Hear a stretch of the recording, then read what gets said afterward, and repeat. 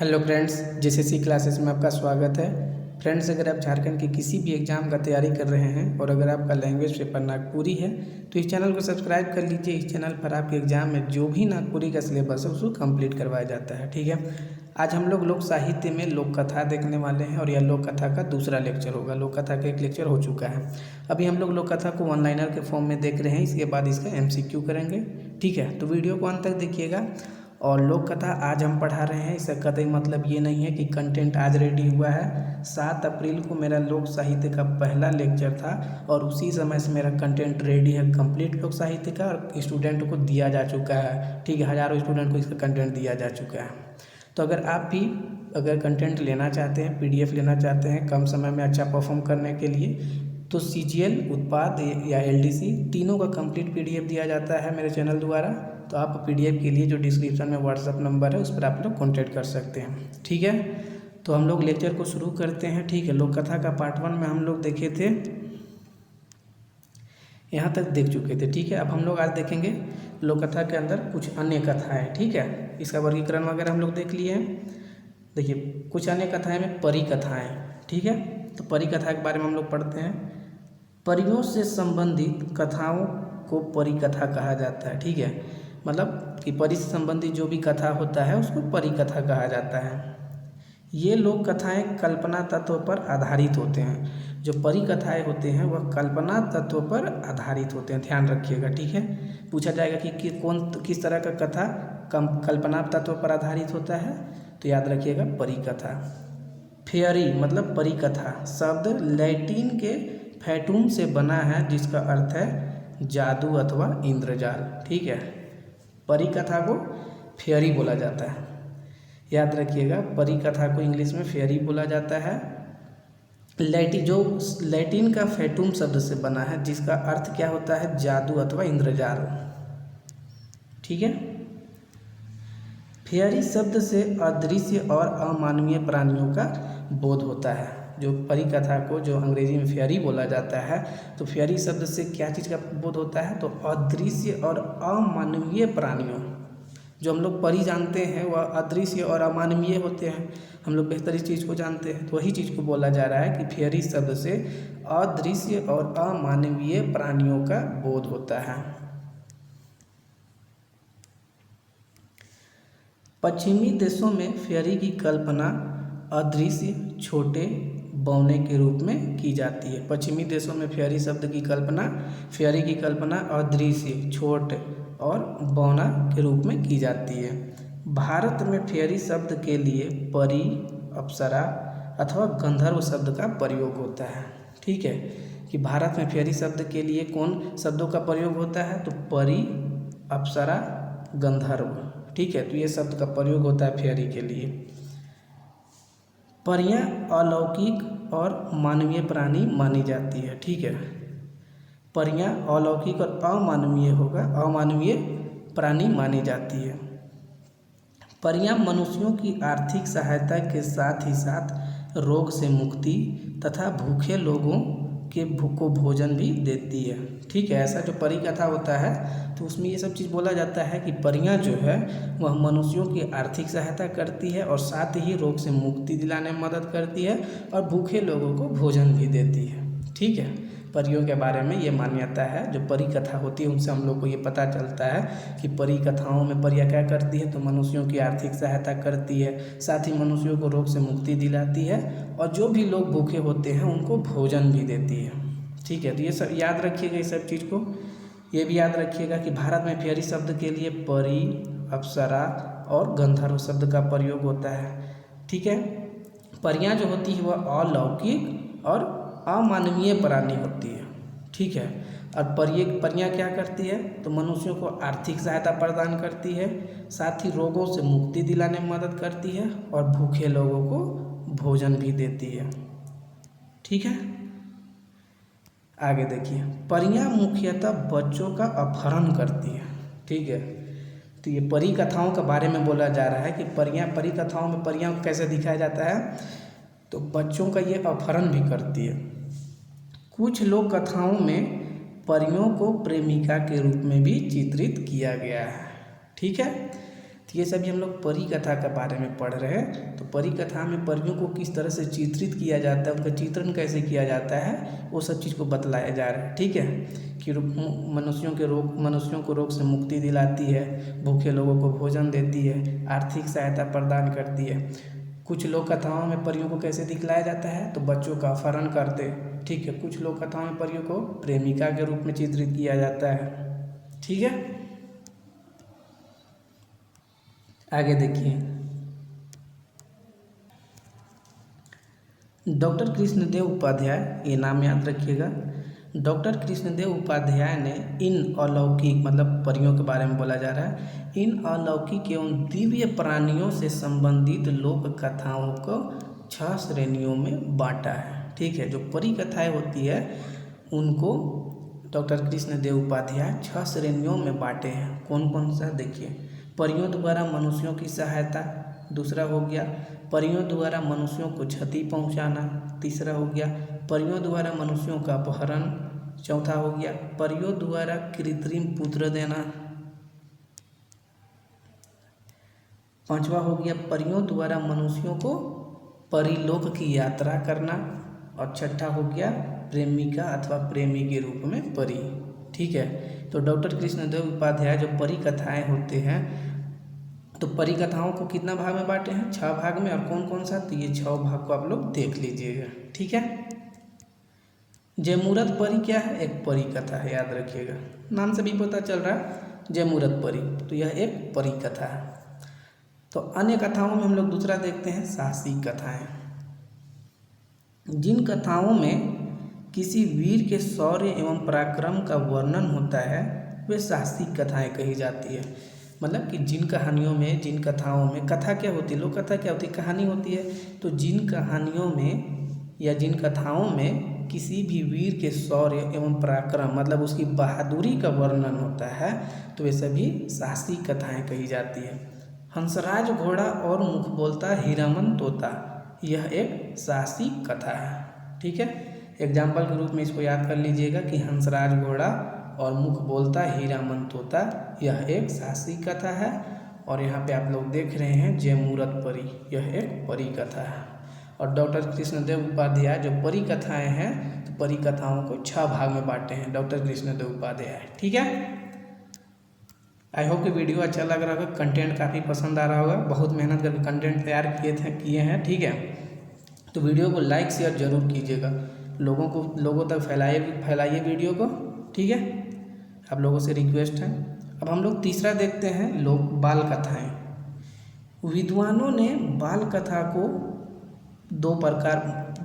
के 2 प्रकार बताए हैं। ठीक है, मतलब विद्वान बाल कथा को 2 भाग में बांटे हैं। एक हो गया लघु छंद और एक हो गया साधारण।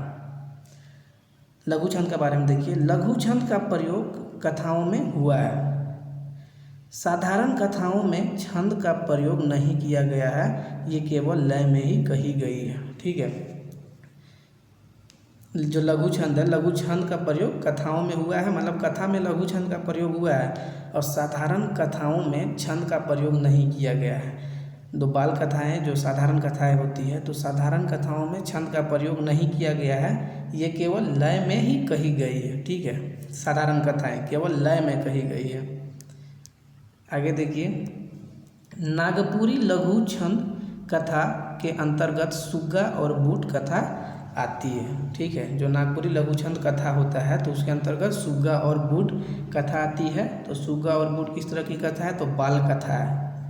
बाल कथाओं में बच्चों को शिक्षा भी मिलती है तथा इससे बच्चों की नैतिक पृष्ठभूमि मजबूत होती है। बाल कथा के बारे में बोला जा रहा है कि बाल कथाएं जो होती है वह बाल कथाओं से बच्चों को शिक्षा भी मिलती है तथा इन कथाओं के द्वारा बच्चों की जो नैतिक पृष्ठभूमि होती है वह भी मजबूत होती है।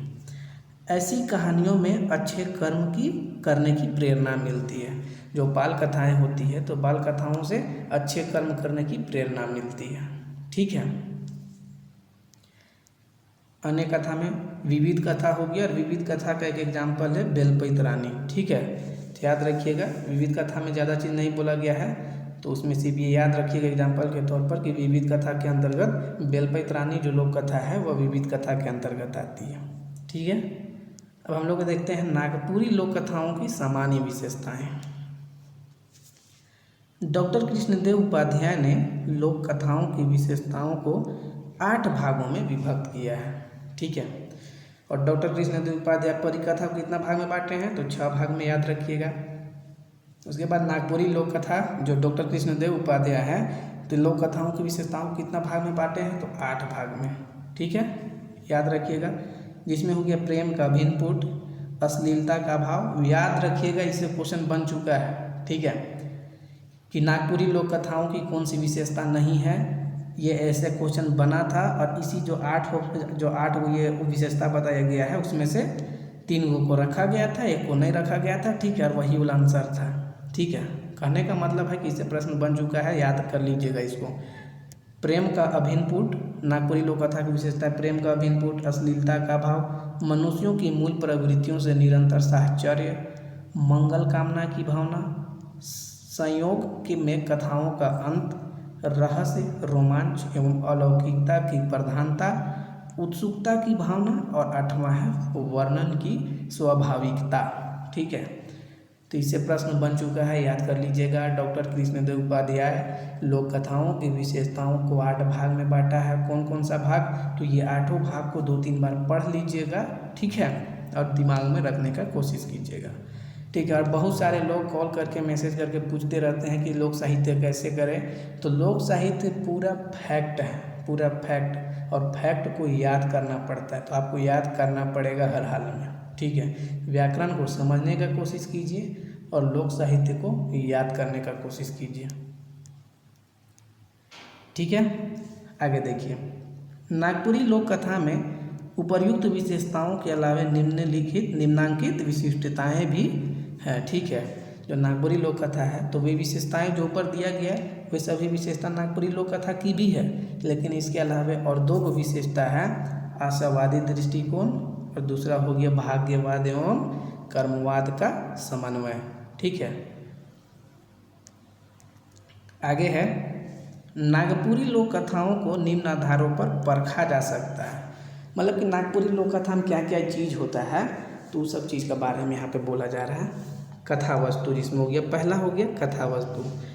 नागपुरी लोक कथाएँ कथा वस्तु की दृष्टि से काफ़ी संपन्न होती है, ठीक है, कि जो नागपुरी लोक कथाएँ होती है वह कथा वस्तु की दृष्टि से काफ़ी संपन्न होती है।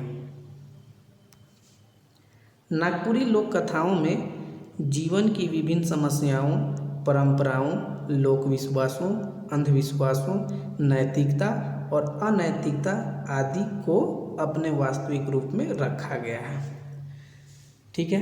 तो नागपुरी लोक कथा के बारे में बोला जा रहा है, जिसमें पहले आपको देखने को मिल रहा है कि नागपुरी लोक कथा में क्या होती है, तो कथा वस्तु होती है। नागपुरी लोक कथाओं में क्या देखने को मिलेगा, तो जीवन की विभिन्न समस्याओं का वर्णन, परंपराओं, लोक विश्वासों, अंधविश्वासों, नैतिकता और अनैतिकता, तो इन सभी का आप लोग को देखने को मिलेगा नागपुरी लोक कथाओं में। लौकिक तथा अलौकिक कथानक भी शामिल है। जो नागपुरी लोक कथाएँ होती है उनमें लौकिक और अलौकिक कथानक भी शामिल होते हैं, जिनमें मुख्य रूप से परी, दानव, साधु, जादू के डंडे आदि के कथानक शामिल हैं। तो नागपुरी लोक कथा में ये सभी के परी के, दानव के, साधु, जादू के डंडे, तो ये सभी कथानक शामिल होते हैं। टेंशन नहीं लेना है, जब MCQ करवाएंगे तो सब अच्छे से समझ में आने लगेगा, ठीक है, और याद भी होते जाएगा। दूसरा हो गया पात्र, कि नागपुरी लोक कथा होती है उनमें क्या पात्र देखने को मिलेगा। तो नागपुरी लोक कथाओं में पशु पक्षी के साथ राजा महाराजा भी पात्र होते हैं। जो नागपुरी लोक कथा होती है तो नागपुरी लोक कथा में पशु पक्षी भी पात्र होते हैं और इसके साथ साथ राजा महाराजा भी पात्र के रूप में देखने को मिलेंगे। मनुष्य, पशु पक्षी, जीव जंतुओं के अतिरिक्त ईश्वर, पृथ्वी, समुद्र, नदियाँ, वृक्ष, लोक परलोक, बादल, लाठी नागपुरी लोक कथाओं के महत्वपूर्ण पात्र हैं, ठीक है।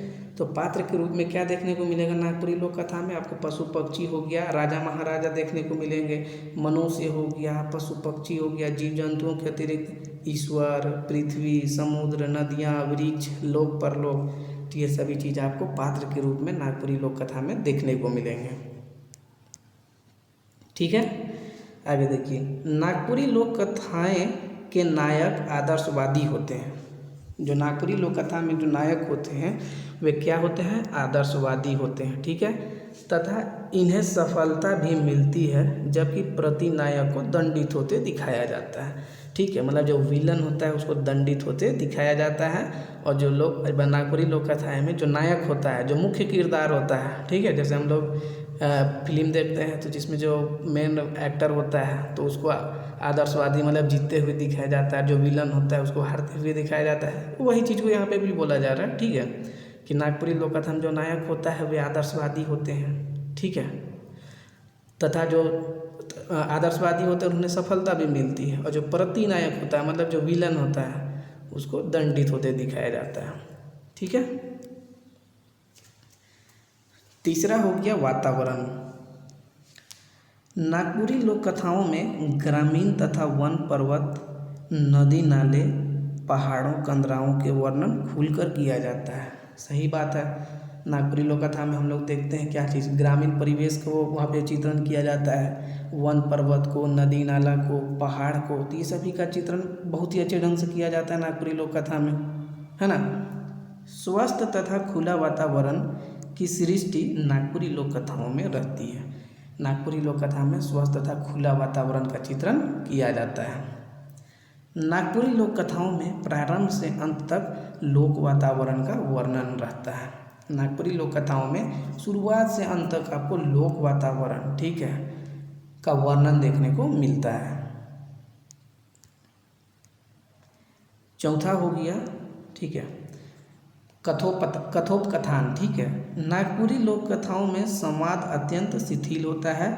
ये कहानियाँ अधिकतर वर्णनात्मक ही होती है। ठीक है, तो जो नागपुरी लोक कथा होती है वो अधिकतर वर्णनात्मक रूप में होती है। अब नागपुरी लोक कथाओं का उद्देश्य के बारे में बोला जा रहा है कि उद्देश्य क्या होता है, तो नागपुरी लोक कथाएँ आदर्शवादी होती है और मनोरंजन ही उनका मुख्य उद्देश्य माना जाता है। मुख्य उद्देश्य मनोरंजन माना जाता है नागपुरी लोक कथाओं का। इनका उद्देश्य सदा नैतिक शिक्षा देना होता है। ठीक है, तो उद्देश्य क्या होता है नागपुरी लोक कथाओं का, तो पहला बात बोला जा रहा है कि नागपुरी लोक कथाएँ आदर्शवादी होती है, आशावादी होती है। दूसरा बोला जा रहा है कि इनका मुख्य उद्देश्य मनोरंजन और नैतिक शिक्षा देना होता है। ठीक है, तो नागपुरी लोक कथाओं का उद्देश्य क्या होता है, मनोरंजन और नैतिक शिक्षा। छठा हो गया शैली, कि नागपुरी लोक कथाओं में किस शैली का या क्या शैली का प्रयोग होता है। ठीक है, लोक कथाकार लोकभाषी होता है और कहानी कहते समय तथ्यों को बढ़ा चढ़ाकर कहना चाहता है, इसलिए लोक कथा की शैली कथा कहने वालों पर निर्भर करती है। ठीक है, नागपुरी लोक कथा की जो शैली होती है तो जो कथाकार होता है उस पर निर्भर करता है। ठीक है, जो लोक कथा कह रहा है तो उस पर निर्भर करता है, ये चीज़ को बोला जा रहा है कि लोक कथाकार लोकभाषी होते हैं और कहानी कहते समय तथ्यों को बढ़ा चढ़ाकर कहना चाहता है। ठीक है, जो कहानी बता रहा है वह तथ्यों को, कहानी के जो तथ्य है उसको बढ़ा चढ़ाकर कहना चाहता है, इसलिए लोक कथा की जो शैली होती है वह लोक कथाकार के पर निर्भर करता है। ठीक है, जो लोक कथाकार होता है उस पर निर्भर करता है।